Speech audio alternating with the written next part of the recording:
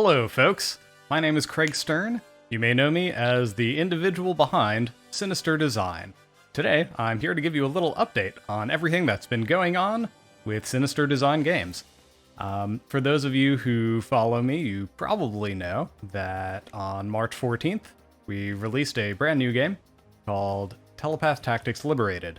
And Telepath Tactics Liberated is, in a nutshell, a ground-up remake of Telepath Tactics from 2015. It is a deep, highly deterministic strategy RPG with tons of environmental mechanics. You can shove enemies off of cliffs, into water or lava, or into each other. You can destroy almost anything on the battlefield, whether that be breaking down walls, blowing up bridges, chopping down trees, or hacking through the undergrowth. And, there's been a lot of exciting stuff on that front since release. Right now, as of this morning, we've pushed 23 separate updates to the game, adding everything from improved AI to improved graphics, loads of bug fixes, lots of quality of life improvements. There's custom difficulty in the game now, just loads of cool stuff. But if you're looking at the screen, and why wouldn't you be, you're on YouTube, you probably see a different game, Together in Battle. Together in Battle is another game that I've been developing sort of in parallel with Telepath Tactics Liberated. It uses the same engine, but it's a very different sort of game. This morning, I released a free alpha demo for Together in Battle as part of Steam's festival called Going Rogue. Now, Going Rogue is a festival for roguelikes, roguelites, and sort of inexplicably also Metroidvanias, but we'll pass over that for a second. Together in Battle is basically what you would get if you took Telepath Tactics Liberated and you turned it into a roguelite. Now, some people have tried to sort of rigidly define roguelites as roguelikes with vertical progression, and that is not what Together in Battle is. Together in Battle is a roguelite in the sense that it isn't a strict roguelike. It doesn't have the same degree of procedural generation of the environment. It doesn't have the same rigid permadeath mechanics, but there is permadeath, there is a lot of procedural generation, and it's pretty exciting, I think. Probably the thing that makes Together in Battle most special are the characters. And while I could just kind of talk at you for a while, I figure, why don't we go into the demo and have a look for ourselves, eh?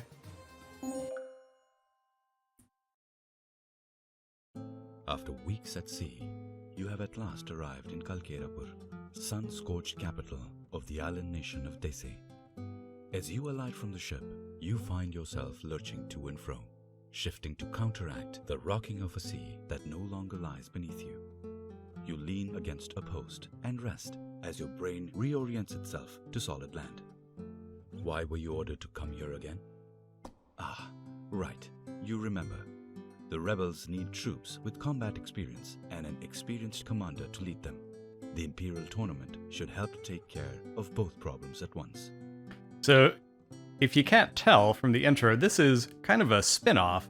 It's kind of a continuation of the plot of Telepath Tactics Liberated. But let's see what else the narrator has to say, eh? You find your way to the market, where you spend several hours securing the necessary food and supplies. The task complete, you make for the outskirts of Kalkerapur to pitch camp. Tomorrow morning you will return and visit the recruitment office. What kind of allies will you find? Will they get along? Will you be up to the task of directing them in the chaos of battle? So these are just the 3 difficulty levels for the demo. There will be way more options once the game proper actually releases. Let's pick challenging for now.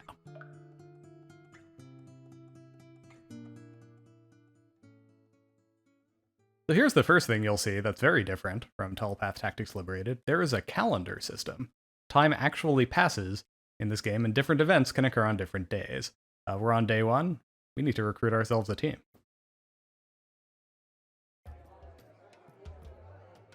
Here's the second thing you'll notice. Each day, you have a time management mechanic to engage with. You have to decide how to spend your time. On the first day, there's only one thing we can reasonably do, right? We don't have anyone to go to the arena with, and the shops are closed, so we're gonna go recruit.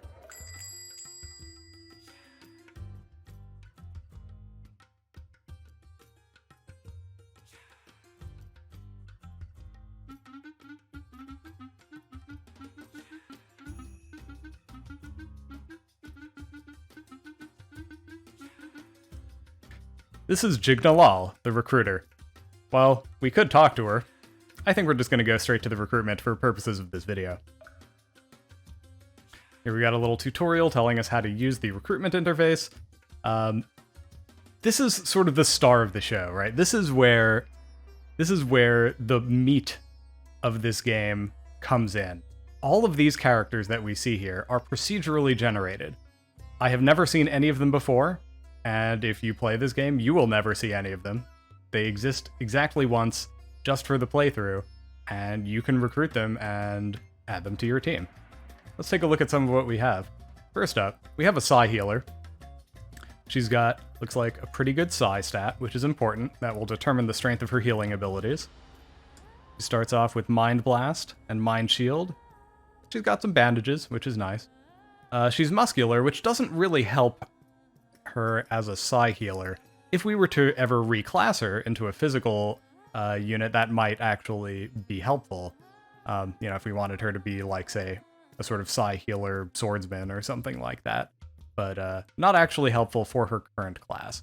And her other physical trait is Oily Skin, which makes her a lot more vulnerable to heat attacks, and she'll be at great risk of being set on fire if she's ever hit with any sort of pyro skill. But that's not the worst physical trait to have.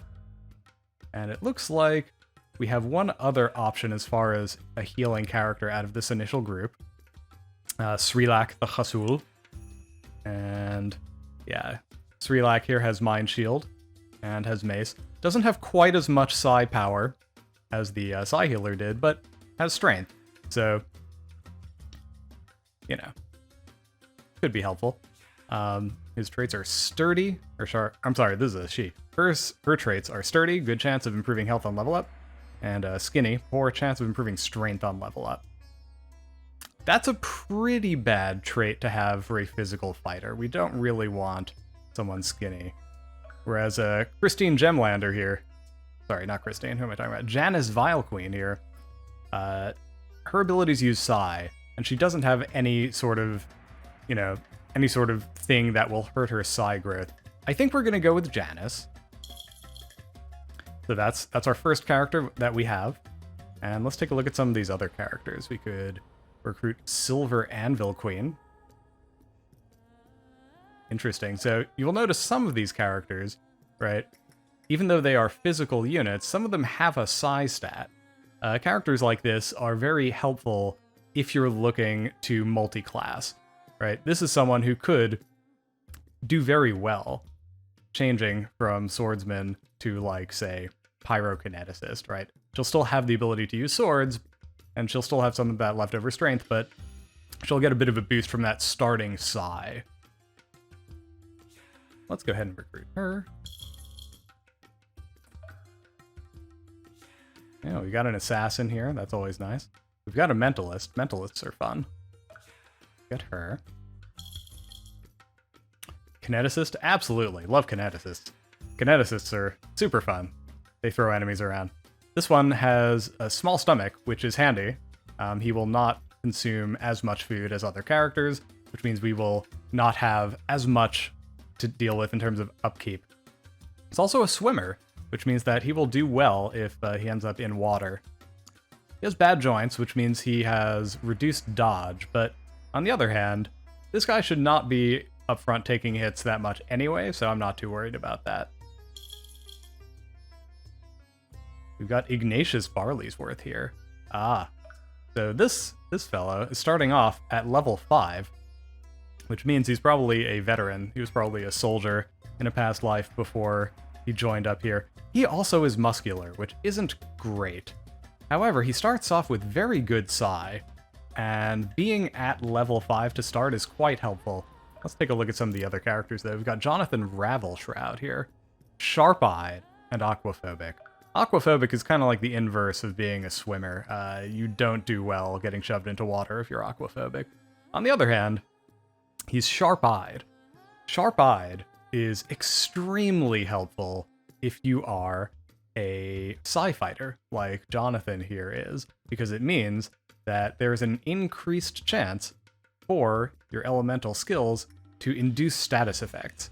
Jonathan is going to set people on fire much more reliably than someone who isn't sharp-eyed. We're going to recruit him for sure. And we got one more person we need to recruit. Let's take a quick look at who we have so far. We've got a Sci Healer, a Swordsman, a Mentalist, a Kineticist, and a Pyrokineticist. We really need one more physical fighter, I think. We could get Gomez, the Assassin. Oh no, he has... Okay, so this is a particularly bad character to get bad joints. Assassins rely on having a high dodge stat, but Gomez here does not. He will not dodge anything. We definitely do not want him. We could go for Avenarius here. Avenarius... Oh my goodness. Look at that dodge stat. What a beast. Oh yeah, we're getting him for sure. And he's sharp-eyed, so his Dark Breath will cause both immobilized and softened status more often. Yeah, we're absolutely recruiting Avenarius. And that'll be the 6 that we start with. I think that should be good.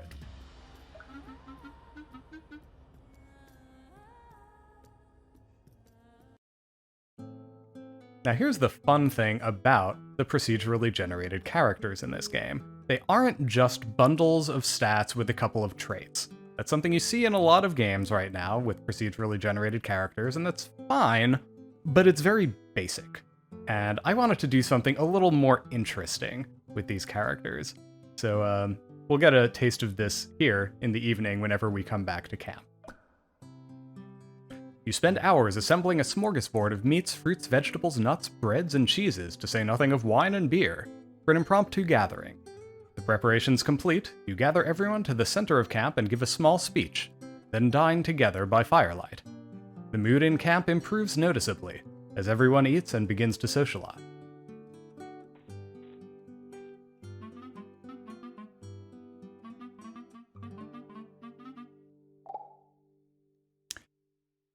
Characters have dialogue and personalities that are unique to them, and as they talk, they will grow familiar with each other and build relationships.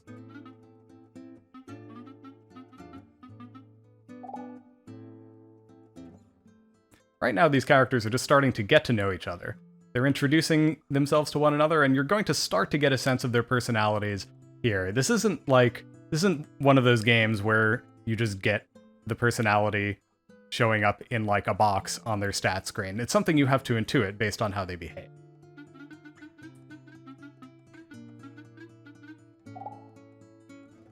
Based on the way Beulah's talking, my guess is that she's an empirical character.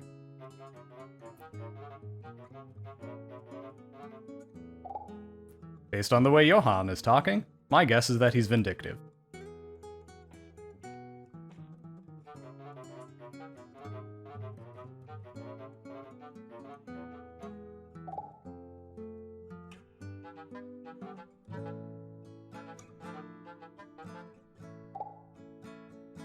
Alright, so those were the introductions, and now we move on to the next day.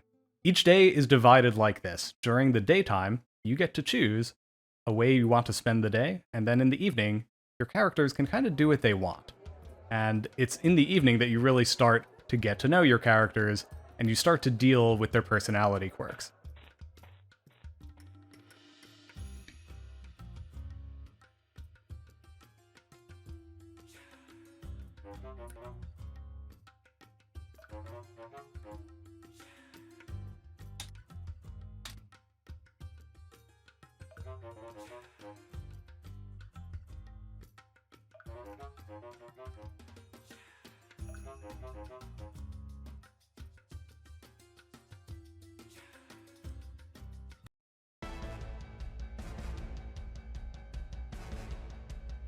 So the game has a pretty good tutorial that will show you how to play, but we're going to skip it for our purposes here.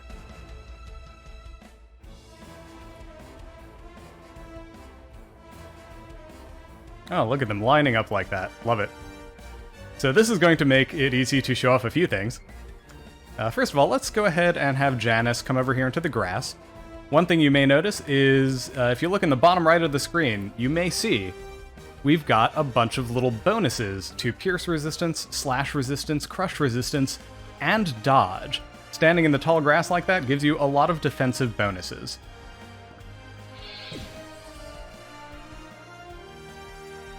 And it also allowed us to backstab that guy. Next up, I think we're going to have Avenarius come over here and use Dark Breath.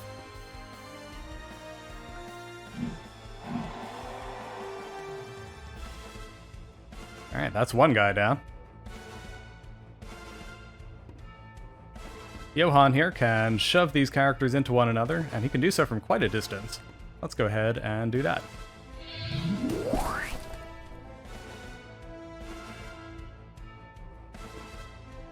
Let's see, Silver, come over and grab that, would you? And finish this guy off.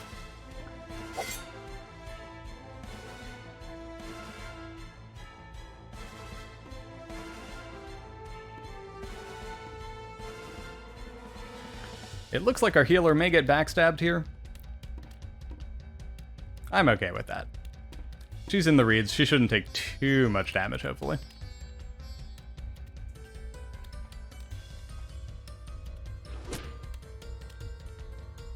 That hurt quite a bit, but she's a healer. She can heal herself. We'll just grab that first, and then we'll use Mind Shield.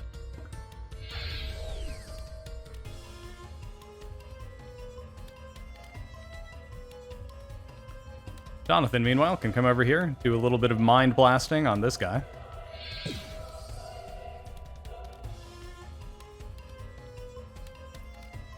And I think we'll have Beulah do the honors. Oops. We're gonna have to move Silver up a little bit first.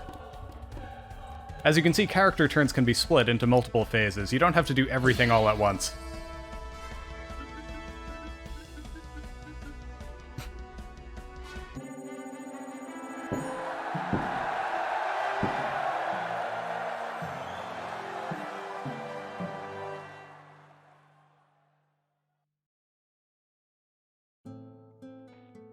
And it looks like we have our first random event. It looks like a letter has been sent to Jonathan Ravel Shroud. Let's see what it is.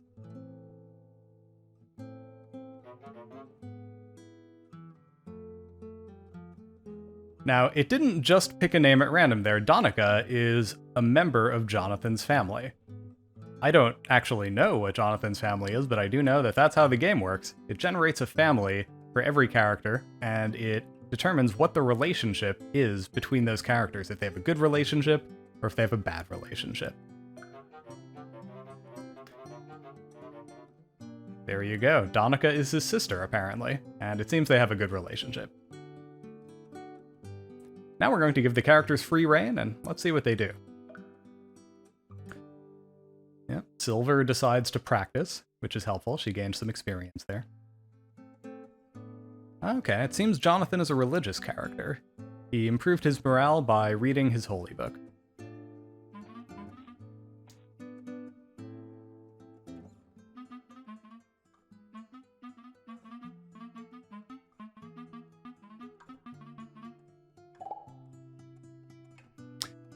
So we've just learned that Janice really likes lilies. That's just a thing she's into. And that has increased the friendship that Janice feels toward Johann, and it has increased Johann's familiarity with Janice.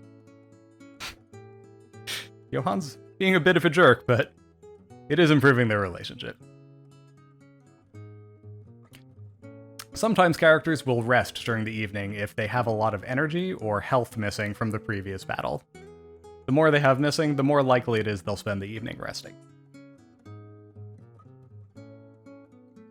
Oh no. Okay, well, it seems that Avenarius is perhaps paranoid, perhaps pessimistic. I think he might be pessimistic. Unfortunately, pessimistic characters will sometimes spend the evening naysaying, which improves their own morale, but hurts everyone else's.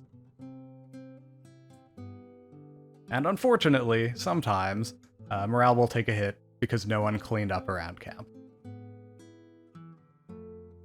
That's something we can help to mitigate by simply having more characters on the team.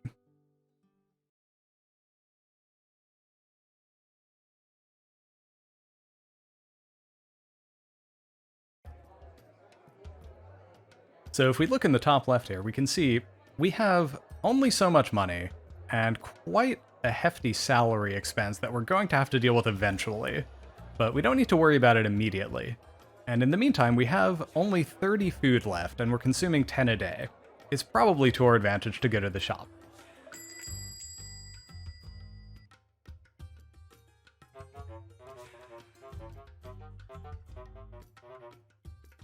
Because it's Weddings Day, we get a pretty good discount on things at the shop. So we could get a poor iron talwar. Or a reinforced bronze talwar might be handy. That has a lot of uses. Yeah, most of these weapons aren't great. If we look at what Silver Anvil Queen has now, she has an inferior bronze sword. That only gives her strength +3. That's not great. So it might be to our advantage to get her something a little better. Even a poor iron talwar would be a significant improvement for her. Go ahead and grab that, and we'll give it to her. And we'll equip it. While we're in here, let's also store this practice staff.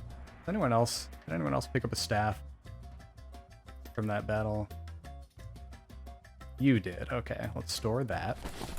And we can sell these for a little bit of extra money. Maybe we can pick up some armor. Got a leather vest. Ooh, gleaming boiled leather vest. That's actually a really excellent piece of armor. Let's go ahead and buy that for sure. A bronze helm could be useful. Yeah, let's get that. What kind of... Got a fine wood small shield and just a regular one. And a poor bronze shield. So that's 79. And that is 81. These are almost identical, but this is slightly cheaper, so we'll get that. And we'll give these to Silver here.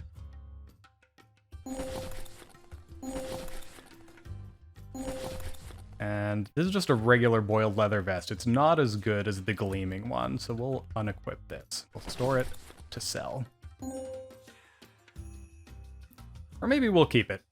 People will, over time, gain new masteries and new ability to use equipment, so we may actually just want to hang on to that bit of armor. And bracing gloves. We could get that. I'm not sure we need it. What we really need, more than anything, is food. 100 food will set us back 290 aura. It is absolutely worth it. I think that should put us in pretty good stead for a while. Maybe I'll get 20. There we go. That'll make sure we're set for at least a good 15 days. Already taken care of, my friend.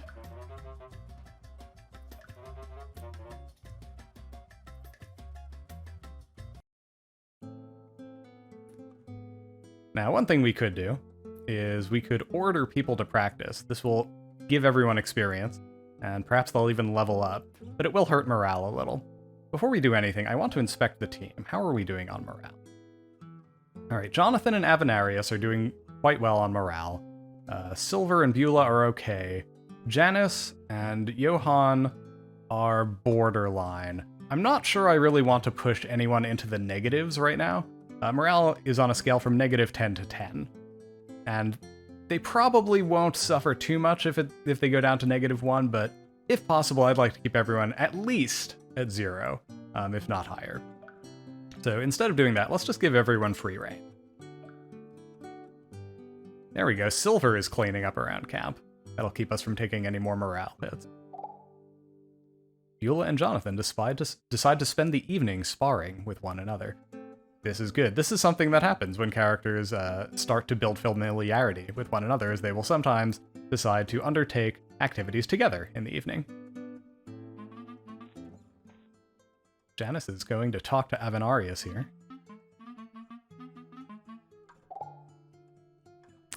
As we can see, Janice had a good relationship with her mother. And we can also see she comes from a poor socioeconomic background. That will play into other aspects of her character.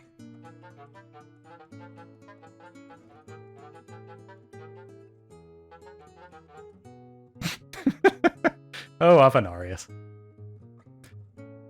Johann is practicing. And that is the end of the day.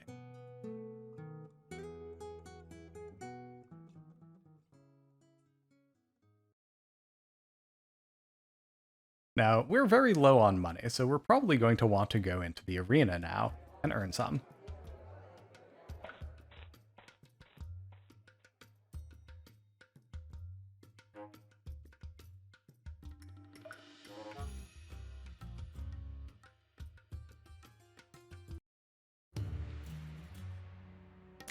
And now we get to deploy characters for the first time.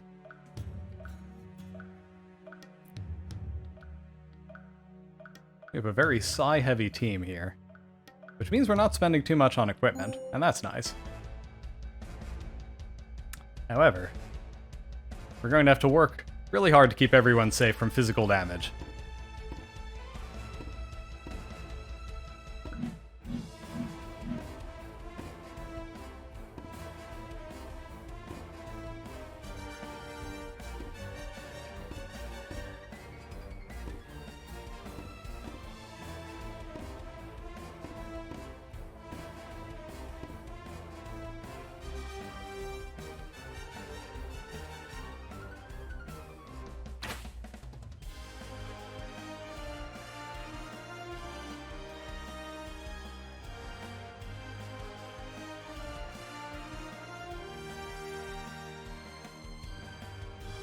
Go ahead and save the game here. And let's see. Unfortunately, we don't have many skills yet, as these characters are still, by and large, just level 1. But we can make some things happen here. Let's see if we can set this guy on fire. And indeed we can. And this is actually going to be overkill, but that's okay. And we've got our first level up. And Silver has learned Shove. She gained Psi, which isn't very helpful in her current class, but we will perhaps get an opportunity later to reclass her.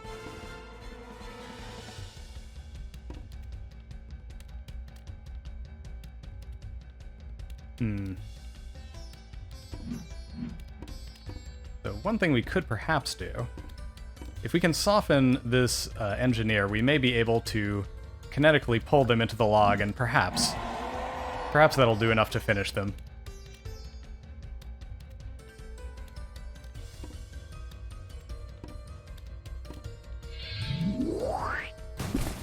Ooh, not quite, but very close. We certainly did do more damage to them because of the fact that they were softened. Alright, we can't quite reach where we need to with our Mentalist. And our Sci Healer, I think I would prefer to just kind of keep her out of crossbow range for a little bit. Let's end the turn.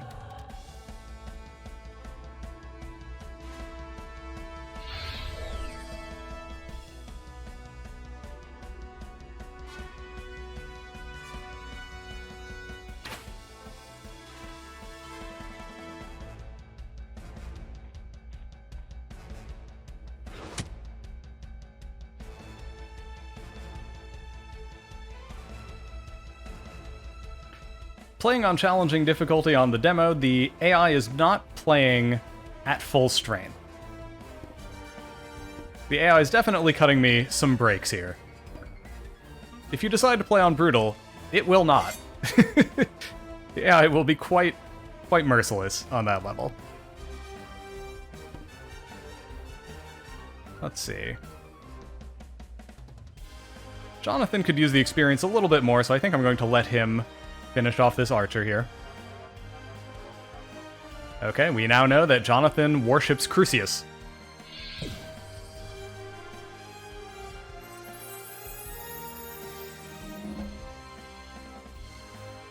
Gain some health. Gain some heat resistance. Not too shabby.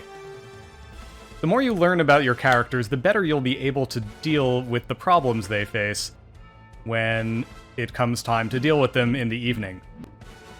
Character morale has effects on the main combat. As you can see, Avenarius here has good morale, and that means that any turn where Avenarius doesn't attack or doesn't move, he actually regains more energy than someone who has less morale. The higher a character's morale goes, the more pronounced those effects become.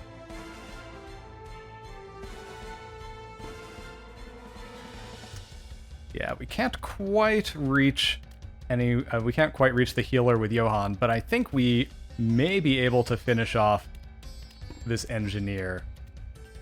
Let's try it. And that's all she wrote. Ah, look at that. Johann has gained a new skill, Kinetic Constriction. Now that is a skill that he can use to just deal raw damage at range.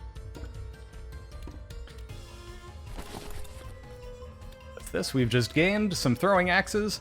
No one on the team right now can use them, but that's okay. If nothing else, we can sell them for money. And let's see, is anyone too hurt? Not really. Jonathan could use a little topping up, but he's doing okay overall. Let's go ahead and end the turn.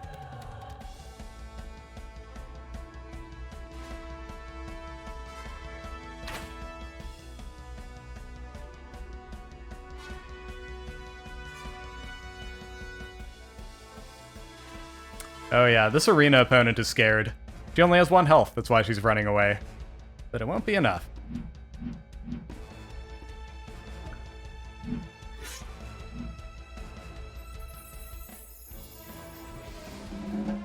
Ooh, dive. I love dive.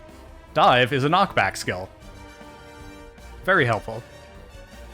Avenarius has greater strength than he does Psi, so this is actually a very good skill for him to learn. He also gains more energy, which is very helpful, and some additional shadow resistance. Doesn't hurt. Let's see, you have 11, you have 18. I think, Janice, I think we'll have you heal Johann over here.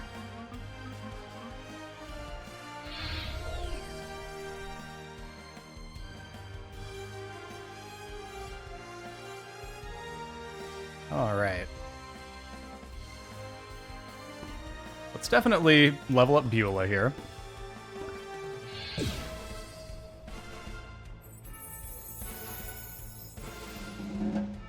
Feedback, now we're talking. If you've played any Telepath games before, you know how good feedback is. This is one of the things that makes Mentalists so helpful.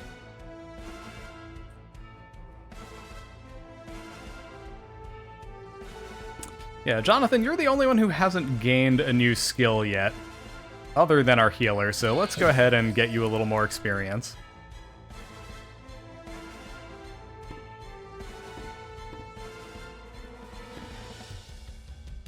Yeah, and we'll just end the turn. This guy cannot hurt us right now.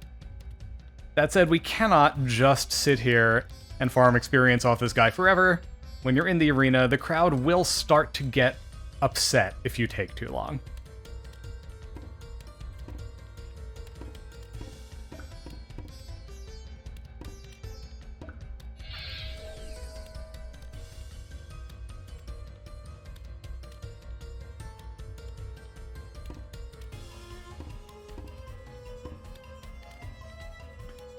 I think we can keep this guy alive for one more attack. We just shove him into the edge of the map. And Johann, let's give this to you. Let's use a little kinetic constriction.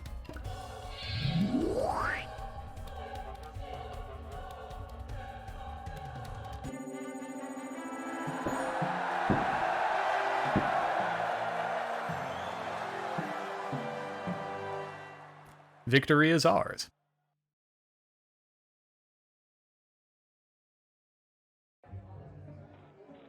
Oh, what's this? We've got some kind of plot event happening, it seems like. But I won't waste any more of your time. Thanks for watching. This demo is online on Steam right now, free to download. Why not give it ahead and give it a try yourself? Thanks for watching.